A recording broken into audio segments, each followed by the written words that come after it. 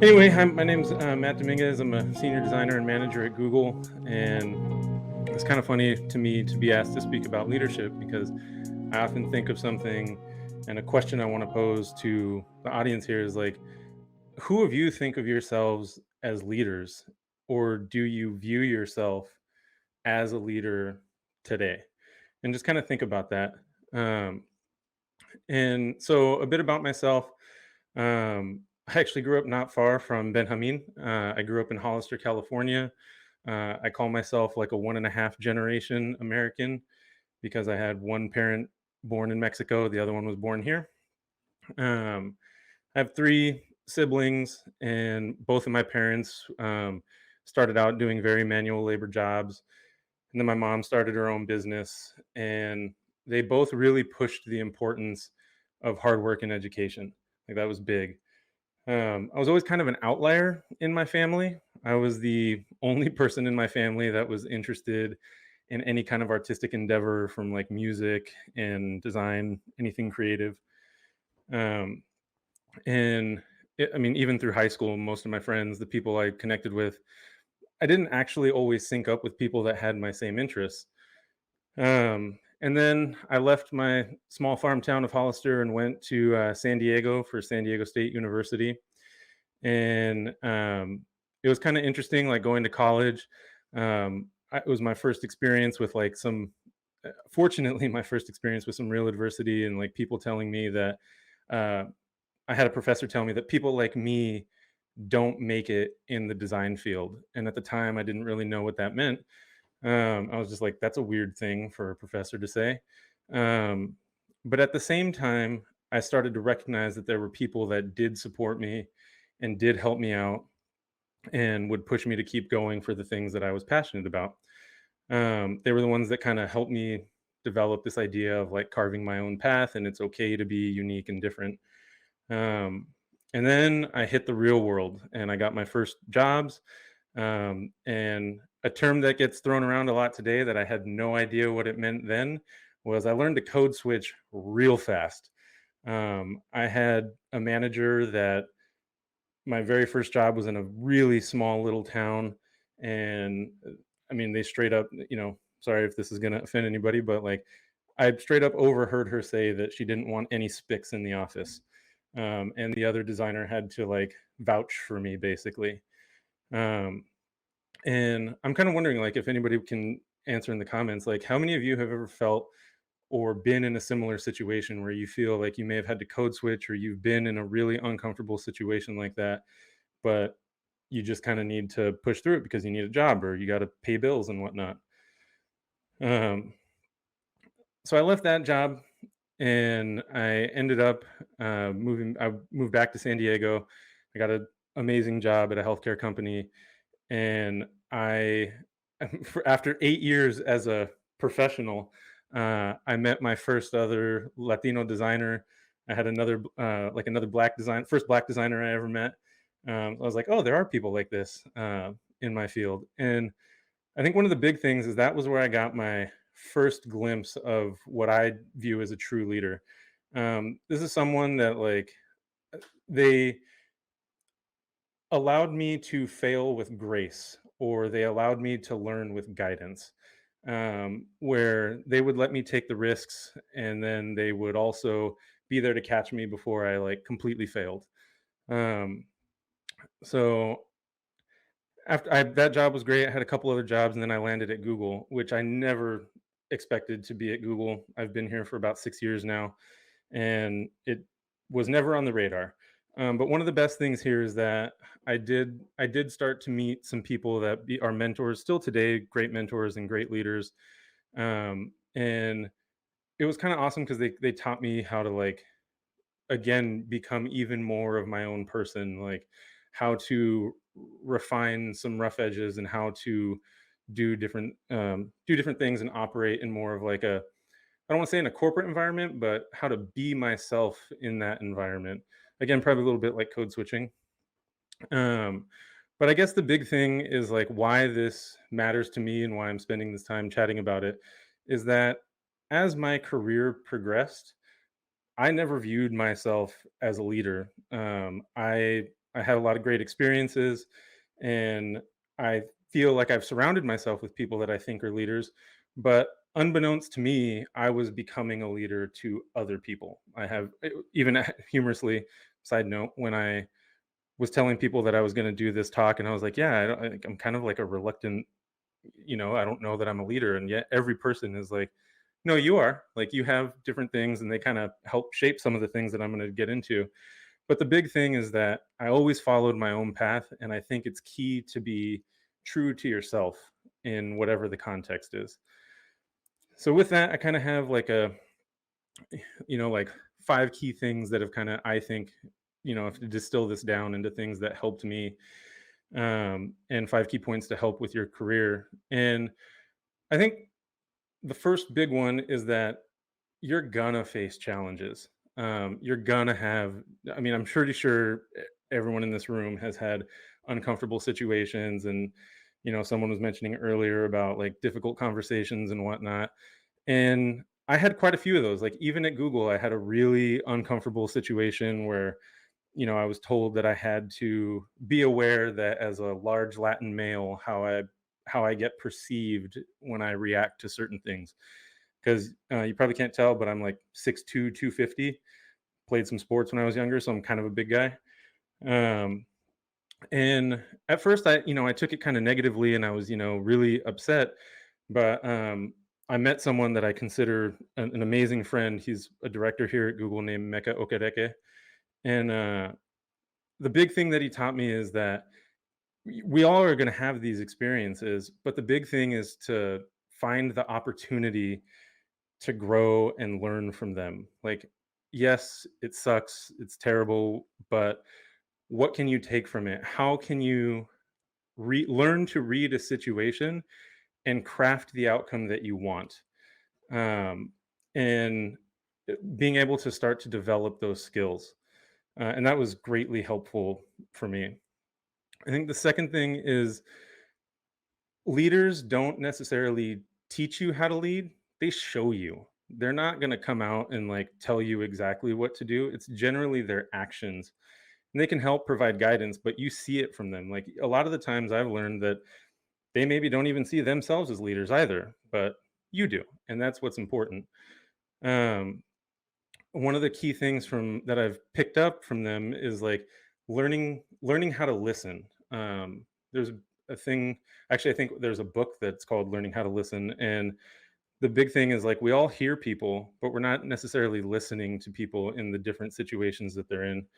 So as you start to develop this skill and you're working with the people around you, how can you learn to listen to what they're asking? Like if there are people that are looking up to you, if you have people that report to you, or even just friends, or you're a mentor to someone else, um, maybe even just asking them, like, what kind of feedback are you looking for? What kind of mentor are you looking for? Like, why are you coming to me, basically?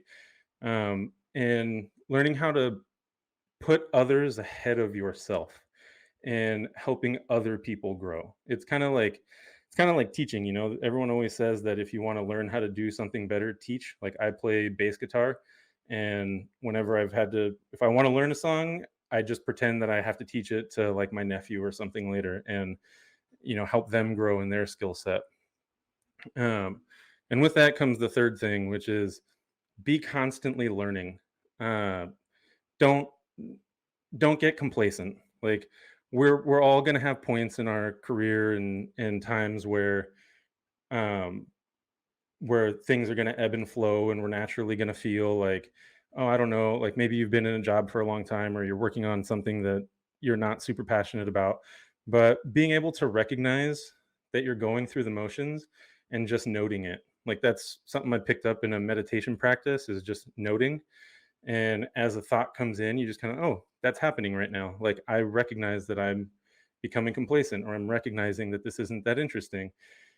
And um, like as you do that, start to ask why. And as part of that like learning process and trying to get out of that complacency, like maybe solicit feedback from your peers or your friends. And a lot of the times they notice that something in you has changed, or they can see a frustration. And um, that is always helpful, and then you can share back, like, what you've kinda learned from that experience.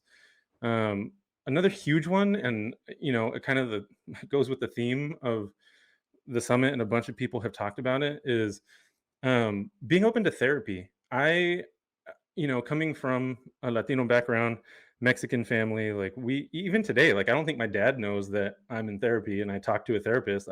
I've said it in front of him, I just don't think he hears it. He hears it, he's not listening.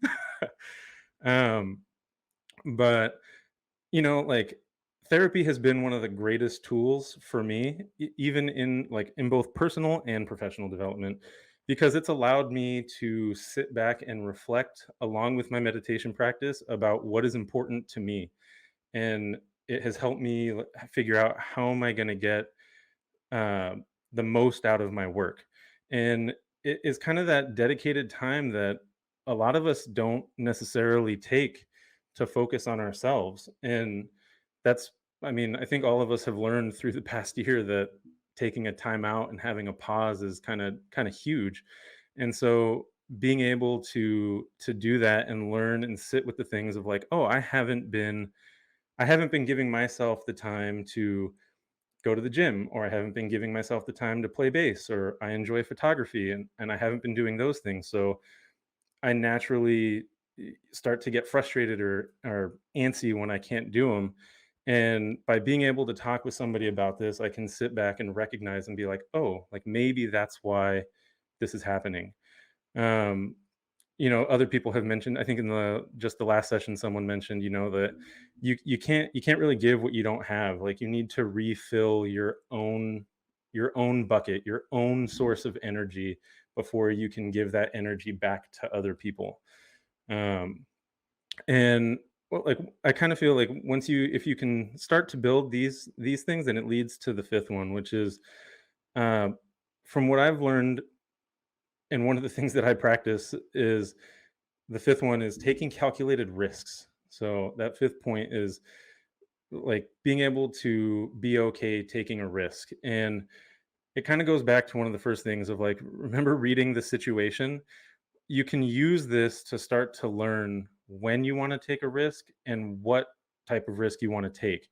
Um, these things are not always the easiest to do, and sometimes you're going to be wrong, and it's okay, especially if you have a team of people, or you have, maybe it's just, uh, maybe it's not even a team that reports to you, but you're just trying to gain buy-in from other people. It's okay to tell them, they're going to ask, well, how do you know this is going to work? And just be, I don't. I have a set of assumptions. I've gathered some data. I know some things, but I think we're able to do this, and it's okay. And I think part of being a leader is twofold. If you're going to take that risk, you need to be ready to know that the people that you're kind of taking with you for the ride, you're going to shield them a little bit, and it's not going to come back on them. And also, you need to take ownership and be like, okay, hey, this thing didn't work, but we tried. We got some great insights out of it. We got some great information, but we're ultimately not going to be able to go in that direction. And on the flip side, if it goes really well, that's an awesome opportunity to grow the people that have helped you get there, and let them let them get all the sunshine and light and whatnot. Um, so, I mean, like, with all of that said, I kind of just want to ask the folks that are here is like, like, I've been a reluctant leader. Again, still kind of don't view myself as one, but now that you kind of hear what I've said, like, do you think that maybe it could shift your perspective on what being a leader is? Or do you see how, even if at the beginning, I asked you to think if you thought you're a leader, if your answer was no, you know, do you see how that might shift how you could be viewed as a leader or mentor to someone else? Um, so I think that's really powerful. I think, one thing I want to touch on that I kind of forgot is, and other people have chatted about it in the last talk, is the power of coaches. Um, I have personally kind of developed this thought that coaches are decidedly different than mentors. Like, a mentor you can go to because you align on a similar process. You've seen something that they've done and it inspires you, and so you go to them, or you've been through a situation and you know that they have gone through something similar and they can help you out. A coach is someone that has a focused intent on a specific thing that you're trying to grow in and learn on, and they are there to advocate for you and put you in certain situations. At least a professional coach is to put you in various situations and help you grow these very specific things, or as you meet with them, they can help identify gaps that you weren't aware of. And coaches are amazing. Like someone in the chat earlier mentioned that all the greats have coaches. And I would highly recommend seeking out, those people that inspire you, that are mentors, are great. Set up conversations with them, reach out to them. Never be afraid to reach out to them. Like the biggest thing you can do is just ask. What's the worst they can say is no? Okay, well, there's probably other people you look up to. Ask them. But coaches are a little harder to identify, and a good one will ask you why you want them there. So yeah, I just wanted to touch on that at the end, and that's my time. And I have a saying that I like to use, and I hope everyone goes out there and slay all day. Awesome. Thanks, Matt. I like you say slay all day. Love it. Appreciate you being here. Thanks for sharing your story. Thank you. All right, take it.